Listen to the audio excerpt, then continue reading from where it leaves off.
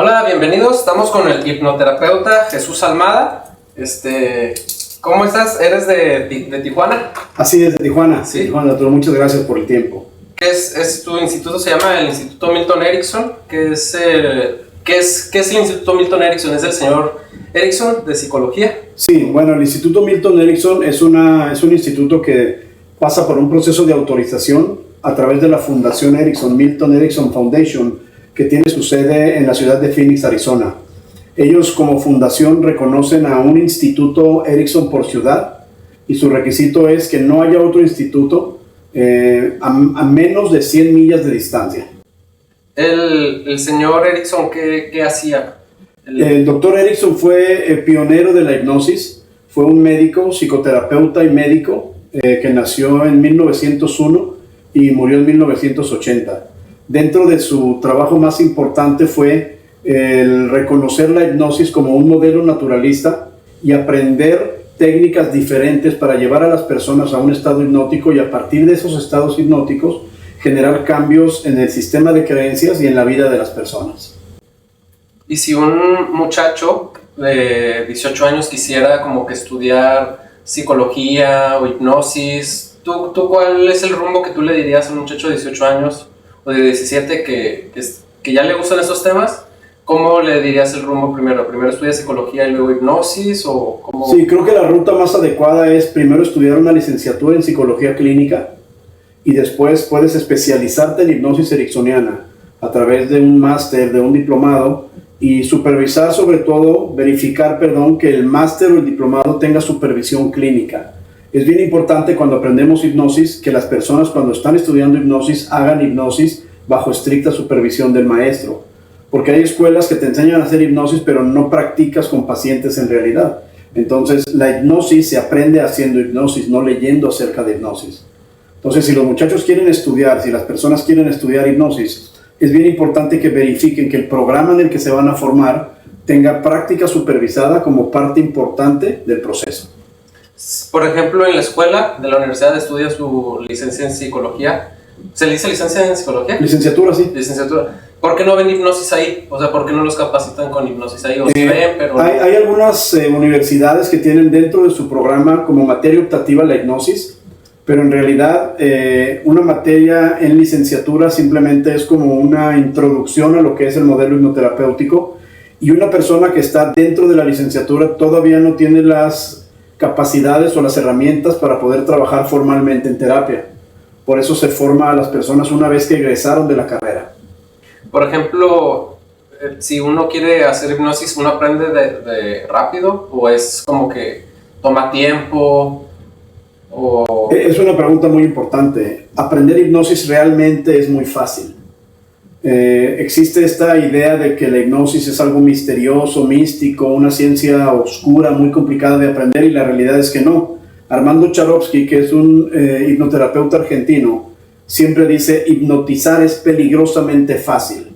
En el máster que nosotros tenemos, donde enseñamos a las personas a hacer hipnosis, es un máster de 240 horas teórico-prácticas. En las primeras 5 horas del máster, nuestros alumnos aprenden a hipnotizar. Es decir, tú vas a estudiar conmigo y en las primeras 5 horas del curso tú ya sabes cómo hipnotizar. El resto del tiempo, las 240 horas, las 235 horas que nos quedan, vas a aprender qué hacer con tu paciente cuando esté en estado hipnótico. Y a esto le sumamos las horas de supervisión clínica que cada alumno tiene que llevar grabando o videograbando sus sesiones para hacer un análisis de las herramientas que está utilizando, cómo las está utilizando y darle seguimiento puntual a cada uno de sus procesos. ¿No está como que peligroso? ¿O cuál es la diferencia entre así como hipnosis de entretenimiento, como los famosos, pues los que vemos así en museos y los que vienen, hacen giras o en las calles, ¿no? ¿Cuál es la diferencia entre esa hipnosis de entretenimiento y como clínica? La hipnosis clínica. La diferencia más importante, yo creo, son dos, desde mi punto de vista, es la ética y el profesionalismo que tiene un hipnoterapeuta clínico y el uso que se le da a la hipnosis. Los hipnotistas de teatro saben hipnotizar, tienen la habilidad de meter a sus clientes, a los que participan en su show, pueden meterlos en un estado hipnótico. La diferencia más importante y la diferencia básica radica en el uso que le damos a la hipnosis. Nosotros como hipnoterapeutas, desde el punto de vista clínico, partimos de un código ético que es muy estricto. Y la primera regla del código ético del hipnoterapeuta es: nunca vas a usar la hipnosis para entretenimiento o espectáculo, ni para burlarte de las personas que te conceden el honor de estar contigo. Entonces, partiendo de ahí, un hipnotista de teatro se burla de la gente que se sube al teatro, se burla de la gente, que se sube al escenario, se burla de ellos, los ridiculiza. Y nosotros hemos tenido en el instituto muchas personas que han llegado con brotes psicóticos, con problemas graves emocionales, porque vivieron una experiencia catastrófica o traumática en un espectáculo de hipnosis. ¿Qué es la hipnosis? ¿Qué está pasando cuando una persona empieza a hablar y el cuerpo cómo lo recibe o la mente? O sea, ¿por qué está pasando como que esa sensibilidad de que el hipnotizador está hablando o el hipnoterapeuta está hablando y se ve que que algo está pasando en el organismo? O sea, ¿por qué fisiológicamente qué está pasando? ¿Por qué el cuerpo está susceptible a quedar atrapado o estar escuchando? La hipnosis se basa en el uso de la palabra y en el uso de la voz. Nuestra herramienta básica de trabajo es la voz hipnótica. Una voz hipnótica es una voz más lenta, más grave, con un ritmo diferente. Y lo que buscamos es activar todos los recursos de la mente inconsciente. Nuestro cerebro está dividido en dos hemisferios, hemisferio izquierdo y hemisferio derecho. Neurofisiológicamente, el hemisferio izquierdo tiene que ver con todos los procesos racionales, lógicos, cuadrados, y todo lo que podemos comprobar de una manera fehaciente. Y el hemisferio derecho es el hemisferio creativo, es el hemisferio emocional. Ahí suceden muchas cosas que normalmente no tienen una explicación lógica. Lo que hacemos en hipnosis es activar el hemisferio derecho y apagar la lógica racional para que nuestros pacientes puedan crear situaciones diferentes y generar una reprogramación de su sistema. Pero hay así como la física que dicen de que la teoría de cuerdas, de que todo es vibración y que un átomo está hecho de vibración, y tú hiciste referencia a que la hipnosis se activa a partir del sonido, de la voz, de las palabras. Así es. ¿Tú crees que se conecta así? ¿De que es por eso? ¿De que tú al momento de empezar a hablar o al generar ciertos sonidos o ciertas frecuencias o cierta música ambiental, el cuerpo se empieza a tornar hacia donde está? Claro, el trabajo de la hipnosis está basado en las ondas cerebrales, las ondas teta, las ondas delta, las ondas gamma, las ondas alfa. Entonces, cuando nosotros hacemos hipnosis, a través del uso de la voz, cambiamos la frecuencia de vibración de las personas y activamos todo lo que es su cerebro derecho o su hemisferio derecho, que es la parte creativa. Parcialmente queda activada la parte occipital, que es la parte del cerebro con la que las personas nos conectamos con lo místico, con lo espiritual, con todas estas áreas que tienen que ver con Dios o con el universo. Y el hemisferio derecho es donde está toda la parte emocional y donde creamos realidades alternas. Entonces, cuando nosotros hacemos voz hipnótica, activamos con la vibración de nuestra voz esas áreas y generamos respuestas de más susceptibilidad a las sugestiones que le vamos dando. Por eso es que es bien importante cuidar lo que hacemos, porque una sugestión que vaya dirigida de una manera correcta puede salvar a un paciente y puede ayudarle a tener muchos cambios positivos. La hipnosis para mí es como tener un bisturí. Un bisturí en manos de un cirujano salva muchas vidas, pero ese mismo bisturí en manos de un asesino serial puede quitar muchas vidas. En una ocasión recibí yo personalmente, y esto no me lo platicó nadie porque yo lo recibí, a un muchachito de 18 años que venía de un espectáculo de hipnosis aquí en Tijuana. Él estaba con uno de estos hipnotistas de teatro y entonces se subió hipnotizado, se subió en un estado alterado de conciencia al escenario. El hipnotista de teatro les dice a todos los participantes que son estilistas, que pueden soltarse el pelo, que pueden bailar y ser libres como el viento, como la mariposa que llevan dentro. Este muchachito tenía dudas acerca de su identidad sexual y cuando empieza a hacer todos los movimientos y se suelta porque estaba en un estado alternativo o alterado de conciencia, hace muchas cosas que conscientemente nunca habría hecho. Supuestamente en esos espectáculos está prohibido grabar, está prohibido fotos, está prohibido todo lo demás. Pues cuando este niño, que es un niño de 18 años, llega a su casa, tiene videos, tiene fotos, no que no eras, ya saliste del closet. Entonces empiezan una serie de ataques cibernéticos y este niño en la noche trata de quitarse la vida en su casa.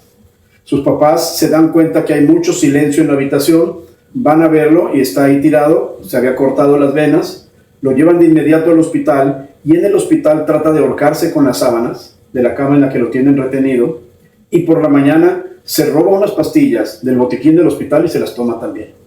Entonces este joven en menos de 24 horas tiene 3 intentos suicidas. ¿Por qué? Porque se activa una parte de su cerebro y se activa una parte de su realidad para la que él no está preparado a enfrentar. Se mete en una situación que nosotros llamamos un brote psicótico y entonces la realidad que estaba viviendo era tan amenazante que prefiere dejar esta vida y partir. Eso es lo delicado de la hipnosis, que cuando nosotros lo usamos bien y para bien, podemos generar cambios y reprogramaciones impresionantes en nuestros pacientes. Pero también podemos dañar mucho a las personas si abrimos experiencias sin la preparación y sin que nosotros tengamos la preparación y sin que el paciente tenga la preparación o las herramientas para enfrentarlo. En tus procesos de terapia hay como alguna experiencia, una anécdota que tú recuerdes con gusto de que esta persona llegó mal y tú, oh, wow, sí, mi proceso de terapia le ayudó. Sí, claro. Digo, tengo 20 años trabajando con hipnosis y yo veo 10 pacientes al día.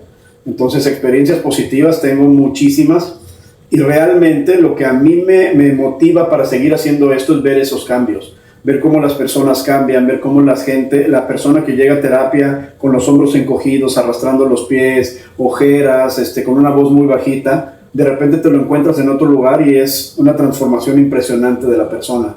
Activamos recursos que la persona no sabía que tenía, los ponemos a trabajar para su bienestar y le damos la oportunidad de desarrollar habilidades y destrezas que le cambian, literalmente le cambian la vida.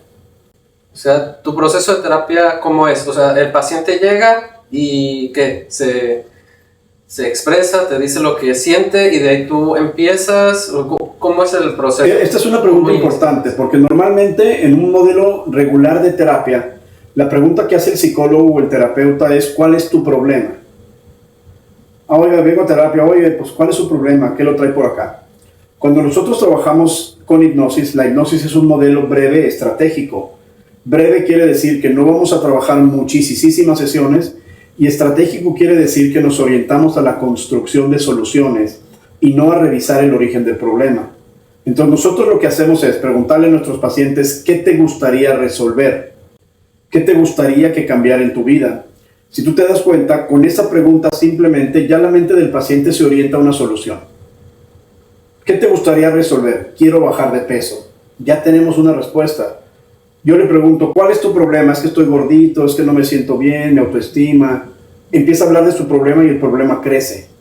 Cuando me dice, quiero bajar de peso, su mente ya está registrando un cambio. Su mente ya está orientando sus recursos hacia un objetivo muy específico. ¿Qué sigue de ahí?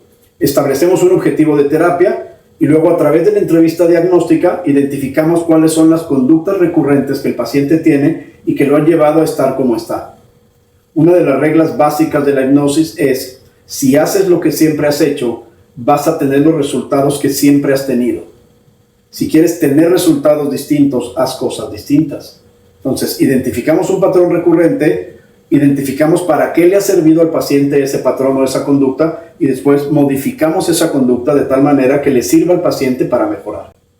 ¿Y esa terapia cuánto cuesta o depende de quién o depende del lugar o depende del problema? Mira, nos preguntan mucho si es caro ir a terapia. La realidad es que hay dos formas de ver el pago al terapeuta, como un gasto o como una inversión. En mi experiencia es mucho más caro no ir a terapia. Gastas en otras cosas, sigues tirando tu dinero en alcohol, sigues tirando tu dinero en fiestas, pierdes muchas cosas, pierdes mucho tiempo que pudieras estar utilizando de una manera inteligente si estuvieras en un proceso de terapia cambiando tu vida. Realmente, cuando nosotros vamos a terapia con la idea de que vamos a invertir en nuestra vida, el proceso de terapia no resulta para nada caro. Cuando vamos forzados porque alguien nos dijo tienes que ir a terapia y yo llego a terapia forzado y sin deseos, va a resultar caro porque ni yo voy a hacer lo que el terapeuta me dice, ni voy a dejar que el terapeuta me ayude. Entonces eso extiende el proceso de terapia y limita la aparición de soluciones. ¿Cuánto dura un proceso o depende del problema? Depende mucho, pero nosotros tenemos un promedio de 10 a 12 sesiones de terapia y lo que hacemos es, terminamos ese proceso que se llama esfuerzo terapéutico. Cuando la persona termina ese primer proceso, Si él quiere o ella quiere seguir en el proceso revisando otras áreas de su vida, lo que hacemos es hacer un pequeño break, dejarle 1 o 2 meses de descanso para luego regresar a iniciar otro proceso que se llama otra vez un esfuerzo terapéutico diferente. Entonces estamos hablando que son 10 o 12 sesiones dependiendo el problema y dependiendo el deseo y la voluntad que el paciente tenga para mejorar. ¿Cuánto, si la persona ya se adaptó como a estar 6 meses, por así decirlo, no genera como que una dependencia de que... Con el terapeuta? Sí, ajá. Normalmente en procesos de terapia, por ejemplo, que son basados en el humanismo, sí se genera este tipo de dependencia. Lo que nosotros hacemos en el proceso de hipnosis ericksoniana está basado en el desarrollo de habilidades. Entonces el paciente primero viene a resolver un problema. Trabajamos en 4 fases: la resolución del problema, luego seguimiento del cambio, mantenimiento y estabilización del paciente, y luego terminamos con algo que se llama desarrollo de habilidades hacia la autonomía. Entonces la última parte del proceso, ayudamos al paciente a que desarrolle habilidades y destrezas para que tenga autonomía y sea totalmente independiente y autosuficiente al terminar el proceso de terapia. Y si, por ejemplo, o sea, como tip, o sea, por ejemplo a mí, pero pues a todos los demás, o sea, si yo quisiera como que calmar mi mente ahorita en la noche antes de dormirme, o no sé, nada más aliviar porque hay gente que tiene estrés, o ¿qué me recomendarías hacer? Así cosas chiquitas que uno podría hacer como para quitarse el estrés o usando tus enseñanzas. Hay un ejercicio que está basado en el método Silva de control mental, que realmente es una inducción de autohipnosis. Lo que le decimos nosotros a los pacientes es: cierra tus ojos, dirige tu mirada hacia tus cejas, con los ojos cerrados, y respira profundamente. Cuando vayas soltando el aire, bajas tu mirada a una posición regular y continúa respirando con profundidad. Normalmente lo que hacemos en hipnosis es asociar procesos naturales y automáticos con bienestar. Entonces yo le digo a mis pacientes: cada vez que respiras, tomas de afuera lo que necesitas para sanar, para recuperar la paz, para recuperar la tranquilidad, para recuperar la confianza y la seguridad en ti mismo. Y cada vez que exhalas y sacas aire, sacas todo eso que te preocupaba, sacas todo lo que te molestaba, todos los miedos, las emociones revueltas que tenías. Entonces el paciente, como no puede dejar de respirar y ha quedado asociada la respiración con procesos de bienestar, continúa sanando aún después de salir de la terapia, del proceso de terapia. Normalmente lo que hacemos con nuestros pacientes es educarlos en autohipnosis. Entonces el paciente va a terapia, aprende cosas, resuelve situaciones, pero antes de irse desarrolla habilidades que lo orientan hacia la autonomía. O sea, le enseñamos a hacer autohipnosis para que pueda, cada vez que lo necesite, entrar en contacto con sus recursos internos y resolver. Hay, por ejemplo, había un podcast en España que invitaron a un hipnotizador, un hipnoterapeuta, uno de los dos, y le dijo al muchacho: ya no vas a recordar tu nombre. Le pidió cerrar tus ojos y en este momento ya no vas a recordar tu nombre. Abrió sus ojos y le preguntaba: ¿cuál es tu nombre?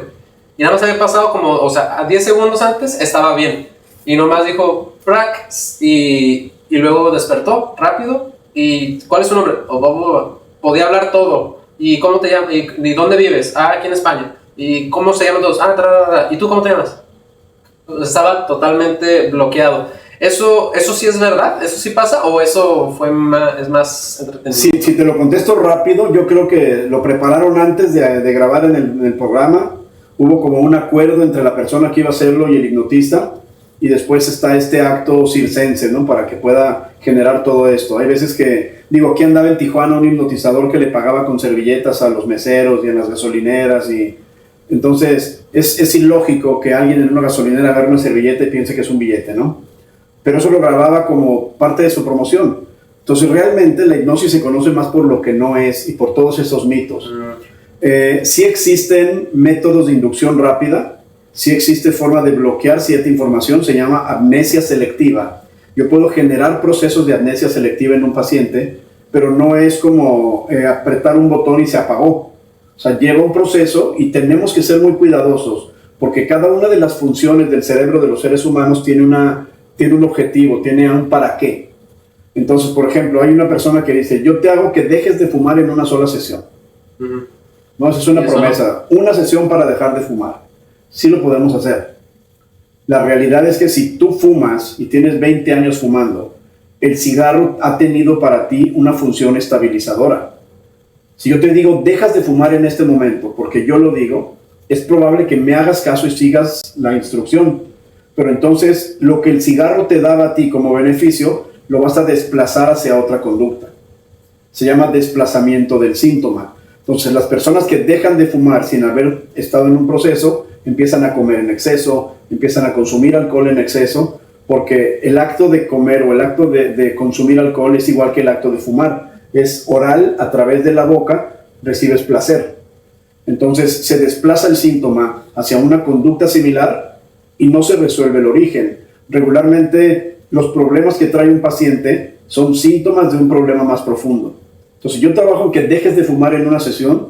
Yo puedo hacer que dejes de fumar si yo te digo, ¿qué te da mucho asco? Me dan mucho asco los ratones. Entonces cuando fumes vas a tener la colilla del cigarro, va a ser la cola de un ratón y vas a sentir los anillos de la cola de ese ratón entrando en tu boca. Y al inhalar el humo te vas a llenar de ratones en tu interior. La persona que tiene fobia a los ratones no va a volver a fumar, pero va a generar una conducta aversiva y entonces después va a tener conductas autodestructivas de otra índole. Necesitamos primero resolver el origen del problema y después el síntoma. O sea, puedes despertar otro monstruo, otra parte mala al quitarlo. O sea, no necesariamente ya te quita el problema, sino tienen que hacer un trabajo previo, ¿no? Sí, imagínate que tú vas al dentista con una muela picada y tienes caries y te ponen anestesia. Y te dice el dentista, ya quedó, se le quitó el dolor. ¿El dolor qué es? Es un síntoma, no es un problema. El dolor es un síntoma que te dice que en esa muela hay una caries. Tenemos que atender la caries y resolverla. Si nada más te quito el dolor, es como si yo te digo, deja de fumar ya. Si el cigarro en este caso es un síntoma, el alcohol es un síntoma, las drogas son un síntoma, son conductas que sirven para evadir una realidad más profunda. La terapia real es trabajar en el origen del problema para construir una solución práctica. Okay. Bueno, muchas gracias. Fue muy interesante la información. Gracias por haber venido para acá. Si la gente quiere saber más de ti, ¿qué redes sociales tienes? ¿Dónde estás? Yo estoy ubicado aquí en Tijuana, estoy ubicado en el fraccionamiento Las Palmas. Mis redes sociales son Jesús Almada en Facebook. En Instagram estoy comojalmada44. Tengo también mi canal de TikTok y mi canal de YouTube. Y ahí pueden ver muchos videos donde se explica todo el trabajo que hacemos en la hipnosis, en los procesos de psicoterapia clínica y también en procesos de psicología del deporte, porque soy psicólogo de alto rendimiento deportivo. Y entonces tenemos una gama de servicios que podemos utilizar para cualquier caso que los pacientes quisieran resolver. Y si alguien quiere aprender hipnosis, ya sea un estudiante o alguien que no estudió psicología, ¿se puede? ¿O sí, claro. ¿Qué programas tienes? ¿Cómo te de preferencia tienen que ser personas que estén orientadas a las ciencias de la salud, que sean terapeutas, que sean psicólogos, médicos, psiquiatras, odontólogos, que sean psicoterapeutas formados en algún área. Y nosotros ofrecemos 2 programas de formación. Uno que es un máster en hipnosis clínica ericksoniana que se imparte durante 1 año de manera presencial aquí en Tijuana, Baja California. Pero si alguien está interesado en formarse y no puede venir, tenemos también un diplomado en línea. Este diplomado vamos a iniciar con la primera generación y es el mismo programa del máster, pero se lleva a través de 2 sesiones al mes, en línea 100%. Las sesiones quedan grabadas para que las personas puedan volverlas a ver y siempre tienen el contacto directo con el facilitador de la clase para que puedan resolver dudas y preguntas. Ok, bueno, muchas gracias. Al contrario, muchas gracias por su tiempo. Gracias. Sí, gracias. Un placer. Entonces, nos vemos. Jesús Almada, hipnoterapeuta. Para servirles. Gracias.